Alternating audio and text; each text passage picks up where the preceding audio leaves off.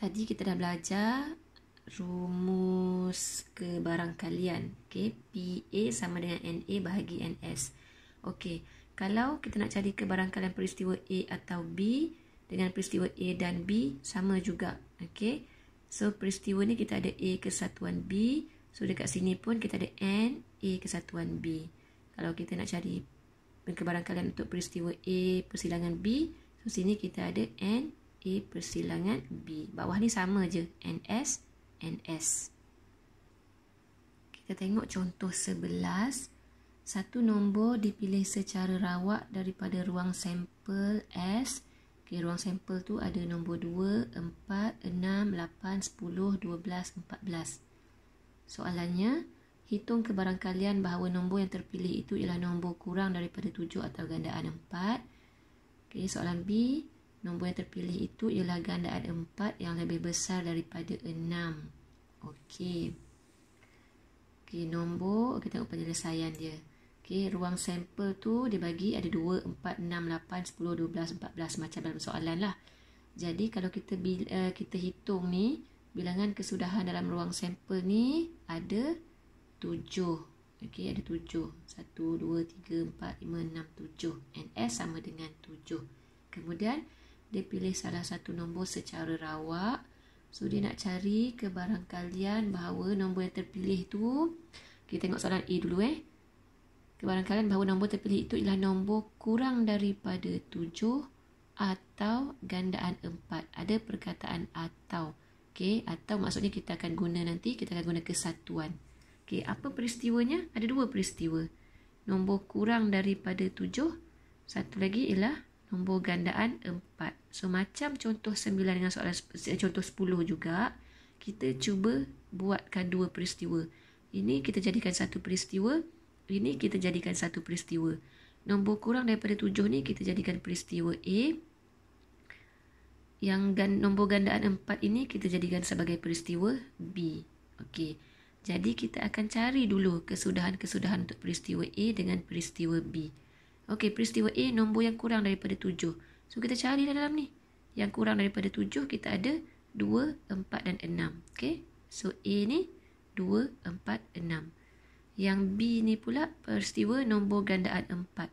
So, carilah daripada dalam ni, cari nombor-nombor gandaan 4. So, kita akan dapat 4, 8, 12. Kat sini. 4, 8, 12. Okey. Jadi soalan ni lebih senang kalau kita boleh lukiskan gambar rajah ni. Okey, Venn diagram ni. Okey. Dia dalam ruang sampel kita ni, dalam petak besar ni, set semesta kita ataupun ruang sampel kita ada 7 nombor. Okey, daripada 2 ni sampai 14. Okey, peristiwa A kita notekan dengan set A macam ni. Okey. Peristiwa B kita notekan dengan B macam ni. Macam mana kita nak tahu ni? Kita nak buat bulatan ni, kita nak buat asing-asing ataupun kita nak buat dia bersilang. Tengok kat sini. A ada 2, 4, 6. B ada 4, 8, 12. Ada nombor yang sama. Sini ada 4, sini pun ada 4. Maksudnya dua bulatan ni dia mesti bersilang. Okey. Kalau dia tak ada benda yang sama, tak ada unsur yang sama, barulah kita akan buat dia jauh-jauh. Okey, sekarang ada 4 bersilang. Jadi, kita akan buat dia bertindih macam ni. So, unsur 4 ni duduk di kawasan yang bersilang ni.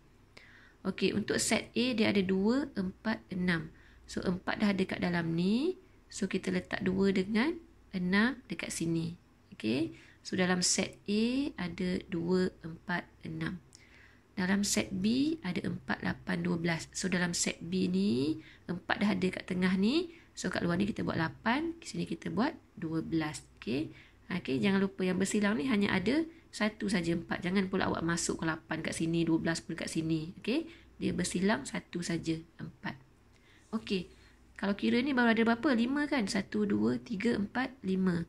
Okey, sebenarnya total dia ada 7. Maksudnya 2 nombor lagi tu dekat luar ni. Okey, dekat luar. Sebab ini nombor kurang daripada 7. Ini nombor gandaan 4. So, yang selebihnya duduk dekat luar. Dia bukannya set A, dia bukannya set B. Okey. So, kita dah ada peristiwa A, kita dah ada peristiwa B. Okey, soalan minta cari kebarangkalian. Okey, nombor yang dipilih itu adalah, okey, ni kurang daripada 7 A atau B. So, atau kita guna kesatuan. Okey, kesatuan. Allah.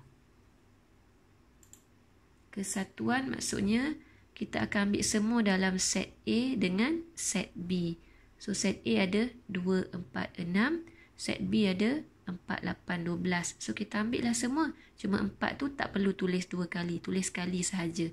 2, 4, 6, 8, 12. Okey. Dalam contoh 9 dengan contoh 10, dia cuma suruh kita senaraikan kesudahan. Dalam contoh 11 ni, dia suruh kita cari kebarangkalian. So, kita kena ingatlah rumus kebarangkalian. Okey. Bawah ni mesti NS. NS tadi dah ada 7. Okey. So, bawah ni adalah 7. Okey. Soalan cari kebarangkalian A kesatuan B. Okey. So, P A kesatuan B. So, atas ni mesti N A kesatuan B. Okey. N tu apa? Bilangan kesudahan. So, kita tengok tadi kesudahan dia ada apa? 2, 4, 6, 8, 12. Maksudnya ada 5 kesudahan. So, jawapan dia adalah 5 bahagi 7. Untuk soalan B, dia minta gandaan 4 yang lebih besar daripada 6. Okey, soalan ni dia agak tricky sebab awak tak nampak pun ada perkataan dan. Okey, maksud gandaan 4 yang lebih besar daripada 6 ni, maksudnya dia adalah gandaan 4 dan dia adalah lebih besar daripada 6. Okey. Dia gandaan 4 dan lebih besar daripada 6. Okey. So, gandaan 4 tadi kita dah ada dah. Peristiwa tu kita notekan sebagai B. Kan tadi peristiwa A adalah kurang daripada 7. Peristiwa B adalah gandaan 4. So, kita boleh pakai baliklah untuk soalan B ni. Okey, peristiwa B nombor gandaan 4. Satu lagi kita buat peristiwa C. Peristiwa C adalah nombor lebih besar daripada 6. Okey. So, peristiwa C nombor lebih besar daripada 6. Jadi, kita cari kesudahan untuk peristiwa B dan peristiwa C. Peristiwa B tadi dah ada lah. Okey, kesudahan dia apa tadi? 4, 8 dengan 12. Okey, kesudahan untuk peristiwa C, nombor-nombor yang lebih besar daripada 6. Mana ni? Ini ruang sampel dia. Mana nombor yang lebih besar daripada 6? Ada 8, ada 10, ada 12, ada 14. So, nak senang pun kita lukis gambar rajah macam ni. Okey, ini ruang sampel dia. Semua dalam rectangle ni mesti cukup ada 7 nombor. Okey. So, ada tak? Mula-mula kita tengok dulu. Ni, set C dengan set B ni. Ada yang bertindih tak? Okey. Set C ada 8, 10, 12, 14. Set B ada 4, 8, 12. So, kita nampak ada yang bertindih. Iaitu 8 dengan 12. So, kita buat bulatan dua set ni mesti dia ada persilangan. Ada yang bertindih. Nombor yang sama iaitu unsur 8 dan juga unsur 12. Okey, kemudian C ada berapa tadi? Ada apa? 8, 10, 12, 14. So, 8 dengan 12 dah ada kat dalam ni. So, 10 dengan 14 ada kat sini. Okey. Untuk B tadi, B ada 4, 8, 12. So, 8, 12 dah ada kat tengah ni. Okey, 4 letak kat sini. So, ini ada 1, 2, 3, 4, 5. Semua sekali mesti ada 7. So, yang selebihnya ni, daripada sini ni ada dah 5. So, 2 lagi tu mesti dekat luar sini. Okey. So, kita nak cari kebarangkalian. Okey, kebarangkalian apa tadi? Nombor gandaan 4 dan lebih besar daripada 6. Okey, gandaan 4 ni peristiwa B. Lebih besar daripada 6 ni peristiwa C. Maksudnya kita nak B persilangan C. So, kita tengoklah B persilangan C. So, kita akan cari N B persilangan C. Okey, mana B tadi? B ada 4, 8, 12. C ada 8, 10, 12, 14. So, kalau persilangan, boleh tengok kat sini pun boleh ni. Ni very obvious. Ni persilangan dia ada 2. Persilangan ada 2. Maksudnya, N untuk B persilangan C ni ada 2. NS ni ada 7. So jawapannya 2/7. Okey. Dan kita akan cari persilangan. Okey, kalau atau kita akan cari kesatuan. Okey, nampak yang dia dilorekkan hitam semua ni. Okey, kesatuan. So ada 5 benda lah. Sebab tu dia 5 daripada 7. Ini 2 daripada 7. Tengok contoh 12. Dadu yang adil P, dadu yang adil Q dilambungkan secara serentak. Okay, awak imagine sebelah kiri awak pegang dadu P, sebelah kanan awak pegang dadu Q, lambunglah serentak. Hitung kebarangkalian bahawa A mendapat nombor 6 pada dadu P atau hasil tambah nombor pada kedua-dua dadu itu lebih besar daripada 9. Okey, baca soalan dia macam panjang kan? Okey, awak tengok ni. Ni ada atau. Maksudnya kita nak guna kesatuan. Kalau kita nak guna kesatuan, dia mesti ada 2 peristiwa. So, peristiwa pertama kita ambil yang depan ni. Peristiwa dapat nombor 6 pada dadu P. Okey, peristiwa kedua, hasil tambah nombor pada kedua-dua dadu itu lebih besar daripada 9. Okey, kita cuba tengok separately. So, kita jangan risau. Okey, so kita nak buat penyelesaian dia. Kita ambil peristiwa A ni. Yang pertama ni. Peristiwa dapat nombor 6 pada dadu P. Okey, peristiwa B ni, peristiwa yang kedua ni. Hasil tambah nombor pada kedua-dua dadu itu lebih besar daripada 9. Okey, so ini kita buat jadual ataupun kita buat macam sata koordinat tu. Okey, tak kisah nak buat sini dadu P, sini dadu Q, ataupun nak buat sini dadu P, sini dadu Q, tak kisah. Okay, yang penting mesti ada satu paksi ke sini, satu paksi ke sini. Okey, dadu P ada nombor 1, 2, 3, 4, 5, 6. Okey, so dadu Q pun ada 1, 2, 3, 4, 5, 6 lah dadu kan. Okey, so ini macam contoh yang ke-10. Contoh 10 lebih kurang juga soalan dia macam ni. Okey, yang sebelah kiri kita ada pilih kad, sebelah kanan kita pilih bola tu. Okey, so ini maksudnya awak lambung dadu P, awak dapat nombor 1. Awak lambung dadu Q, awak dapat nombor 1. 1, 1. 1, 2 ni maksudnya dadu P tu awak dapat 1, dadu Q awak dapat 2. Okey. Okey, tengok peristiwa ni. Peristiwa A. Kita cari dulu mana kesudahan yang berkaitan dengan peristiwa A. Mendapat nombor 6 pada dadu P. So, kita tengoklah dadu P ni. Ni dadu P. Okey. Dia kata dadu P ni mesti dapat nombor 6. Inilah dia. Peristiwa A. 6, 1, 6, 2, 6, 3, 6, 4, 6, 5, 6, 6. Okey. Sebab ni. Ni dadu P. Dadu P dapat nombor 6. Dadu Q dapat nombor 1. Dadu P dapat nombor 6. Dadu Q dapat nombor 2. Dadu P dapat nombor 6, dadu Q dapat nombor 3. Okey, so inilah ke-6-6 ni adalah kesudahan untuk peristiwa A. Peristiwa B ni dia kata hasil tambah nombor pada kedua-dua dadu itu mesti lebih besar daripada 9. Maksudnya awak tengok nombor dekat dadu sebelah kiri. Okey, dadu P, awak tengok nombor dekat dadu sebelah kanan. Dadu Q. Lepas tu awak tambah 2 tu, dia mesti lebih besar daripada 9. Okey. So, macam mana nak tengok? Tengok ni lah. Okey, yang lebih besar maksudnya kalau dadu P ni 6, dadu Q pun 6, tambah 2, 6 tambah 6 mesti dapat 12. Betul?